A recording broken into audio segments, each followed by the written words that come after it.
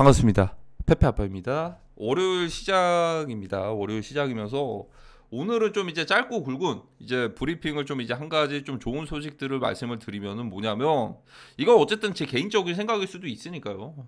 일단 다가오는 설날 춘절은 좀 조심을 해야 될 필요도 있어요. 그 전후에 뭐 펌프인 덤프가 났던, 그냥 무난히 그냥 하락을 하던, 어쨌든 춘절이나 이제 설날 기간에는 마켓메이커 세력들이 놀러 가는 시간일 수도 있으니까, 놀러 가기 전에 어떠한 이제 인위적인 펌핑장을 만들어내서 그 자금들을 마련해서 진짜 쉬러 갈 수도 있는 거고, 아니면 그냥 무난하게 그냥 박스권으로 움직이면서 그냥 쉬어갈 수도 있는 거고. 근데 그것보다도 더 중요한 게 있어요. 앞으로 다가오는 상황입니다. 앞으로 다가오는 일론 머스크가 최근의 소식이죠. 이제 테슬라 스톡 옵션, 예를 들어서 이제 엑시트를 하는 과정에서 일론 머스크가 너무나도 많이 보상을 받았다, 이거 좀 이제 다시 뱉어내야 된다, 이런 식의 판결이 나왔습니다. 뭐냐면 이제 일론 머스크가 74조 원대의 스톡 옵션을 반환해야 되는 위기를 맞이하고 있습니다.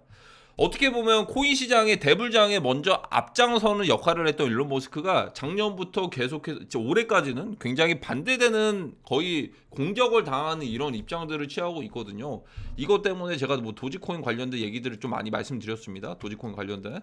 그래서 이 재판을 하는 과정에서 민사적인 이제 반대편의 입장에 이 테슬라의 기존의 이제 대주주 같은 이런 좀 지분들을 많이 가지고 있는 인물들이 이제 포함이 돼가지고, 왜 이렇게 일론 머스크 많이 스톡 옵션 받냐, 이거 반환해야 된다, 이런 식으로 소송을 했는데, 소송을 리처드 토네타의 손을 들어줬습니다. 근데 이거 자체가 좀 말이 안 되는 게, 왜냐면 일론 머스크가 지금까지 뭐 도지코인, 뭐 이제 도지코인 때문에 소송을 받았던 것들이 다 이제 패소를 했거든요. 일론 머스크가 이겼거든요, 웬만하면은.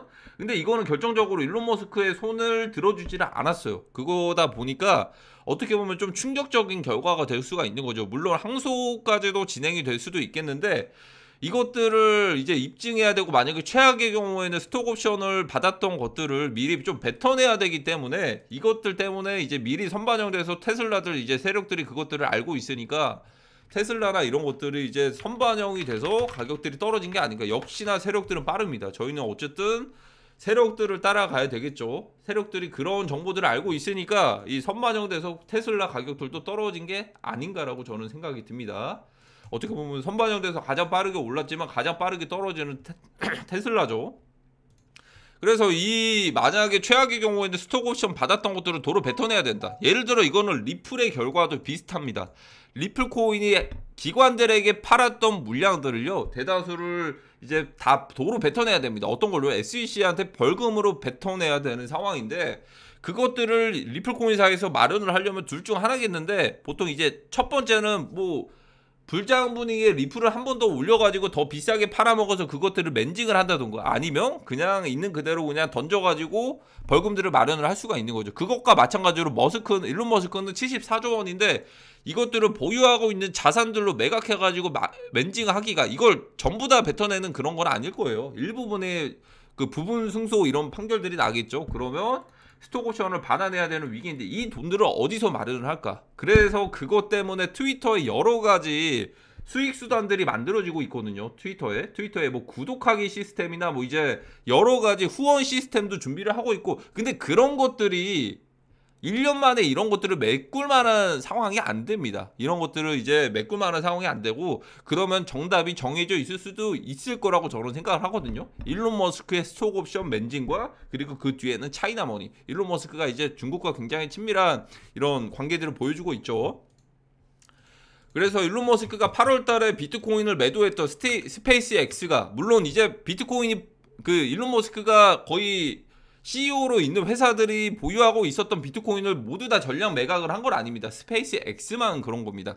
근데 매도를 했던 지점이 25,000달러입니다. 25,000달러. 어떻게 보면 불장의 그 앞장서는 역할을 했던 일론 머스크가 지금은 완전 반대되는 상황들을 만들어냈어요. 일부러 그런 건지는 모르겠는데, 비트코인이 상승하기도 전에 그거를 급하게 팔았고, 그 자금들만 해도 5천억 가까이 됐고, 그걸 그냥 그대로 홀드만 했어도 1조가 됐던 금액들인데, 이것들을 매도를 했다는 건 사실 트위터 인수 자금을 좀 이제 무리하게 인수를 했을 것이다 라는 이제 추측을 할 수도 있는 거죠. 그 중에서 일부분이 뭐 OKX나 이제 창펑자오나 이렇게 투자들을 받은 것들도 있겠지만, 무언가 레버리지를 일으켜서 무리하게 이수를 해서 예를 들어서 대출금이나 이런 것들에 대한 이자들을 좀 상환하기 위해서 좀 급하게 좀 매도를 했을 수도 있는 거고, 그리고 이런 만약에 악재가 겹친 거죠. 스톡옵션을 받았던, 아니면 이제 일부 분들을 이제 반환을 해야 되는, 아니면 받을 수 있었던 상황에서 반환을 해야 되는 그런 위기에 처해 있다 보니까 일론 머스크가 선택할 수 있는 건 사실상, 그렇다고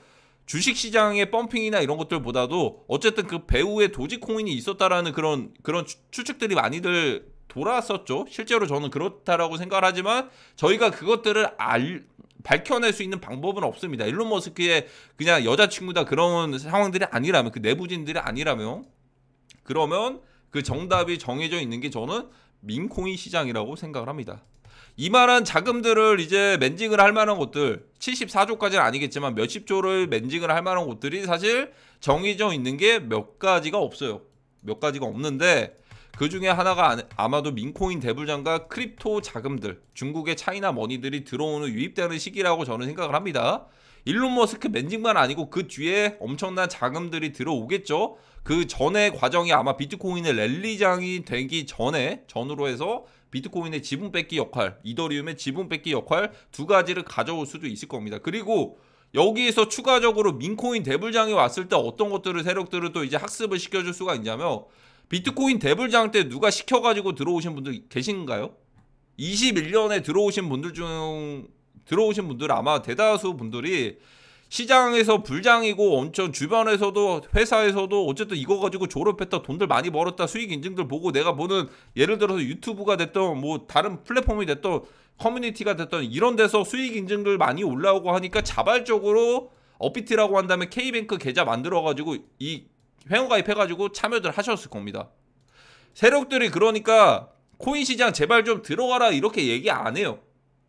그냥 펌핑들 하면 알아서들 그게 구조적으로 그게 만들어집니다. 그래서 알아서들 계좌들을 만들어서 알아서들 참여를 하게 됩니다. 그러다 보니까 이 코로나 유동성 버블장에 크립토 시장에서는 어떤 것들을 이제 학습을 시켰냐면, 코인 시장이라는 것 자체에 너무나도 이제 아주 가깝게 참여를 할 수 있게끔 그 계좌들 100만 명에서 1000만 명이 됐죠. 그 정도로 많이들 계좌들을 만들었고 아주 이제 거부감이 없을 정도로 만들었습니다. 물론 그 과정에서 막대한 유동성, 세력들의 자금들을 받쳐주는 역할들을 했기도 했습니다. 22년 대하락장이 오기 전에. 그러면 똑같은 상황입니다. 똑같은 상황인데 앞으로 다가오는 저희가 일상이 지금 들고 다니시는 지갑이 아니고 뭐 신용카드가 아니고 디지털 지갑들을 개개인이 가지고 다닐 겁니다. 거기에 대한 거부감들이 없게 만들어야겠죠. 디지털 지갑이라고 한다면 지금 현재로서는 이제 뭐 메타마스크나 아니면 디지털 월렛이나 아니면 카카오톡에 있는 클립이나 아니면 갤럭시에 있는 이제 그 삼성 갤럭시에 있는 그 디지털 지갑이나 이런 것들도 있겠지만, 나중에 머지않아서 미래가 됐을 때 뭐 이제 개인적으로 식별되는 개개인만의 지갑들이 만들어질 수도 있어요. 디지털 아이디 막 이런 형식으로. 그 과정이 있기 전에 디지털 지갑에 대한 거부감을 없애려면 민코인이랑 NFT밖에 없습니다. 그러면 자발적으로 디지털 지갑격인 거의 대중적으로 쓰이는 메타마스크 지갑들을 만들어 가지고 이런 불장에 참여들을 하겠죠. 누가 시켜서 하나요? 아닙니다. 자발적으로 참여들을 해요. 자발적으로. 아마 그런 시장들을 이제 올해가 됐을 때 다가오지 않을까. 퍼즐들은 맞춰집니다. 시기가 중요할 것 같아요. 근데 지금 제가 영상을 올린다고 당장 그런 건 아닌 것 같고, 저는 늘 말씀을 드리지만 한 사이클입니다. 한 사이클. 지금까지 왔던 거는 뭐 잔잔한 장일 수도 있고, 그 어떻게 보면 그 작은 사이클이죠. 진짜 사이클은 한 번만 오고, 이 사이클들은요 한 번 오고 나서 어떤 것들을 이 상용화가 되기 전에 버블들을 겪게 되는 건데, 이번에 상용화가 되는 것들은 어떻게 보면 디지털 지갑들을 수용하면서 거부감이 없이 만드는 메타마스크 지갑들 만들어서 NFT든 밈이든 이런 것들 아주 좀 이제 불장이니까 본인들이 직접 만들어가지고 참여들 하게끔 만들 겁니다. 아직까지는 소문이 난 게 없죠. 그거를 아직 시작도 안 했다라는 겁니다. 그러면 이번 영상은 여기까지 하도록 하겠습니다. 지금 당장의 얘기가 아니에요. 단기적으로 저희가 봐야 될 것들은 한국의 설날 춘절이기 때문입니다. 그러면 이번 영상은 여기까지 하도록 하겠습니다. 감사합니다.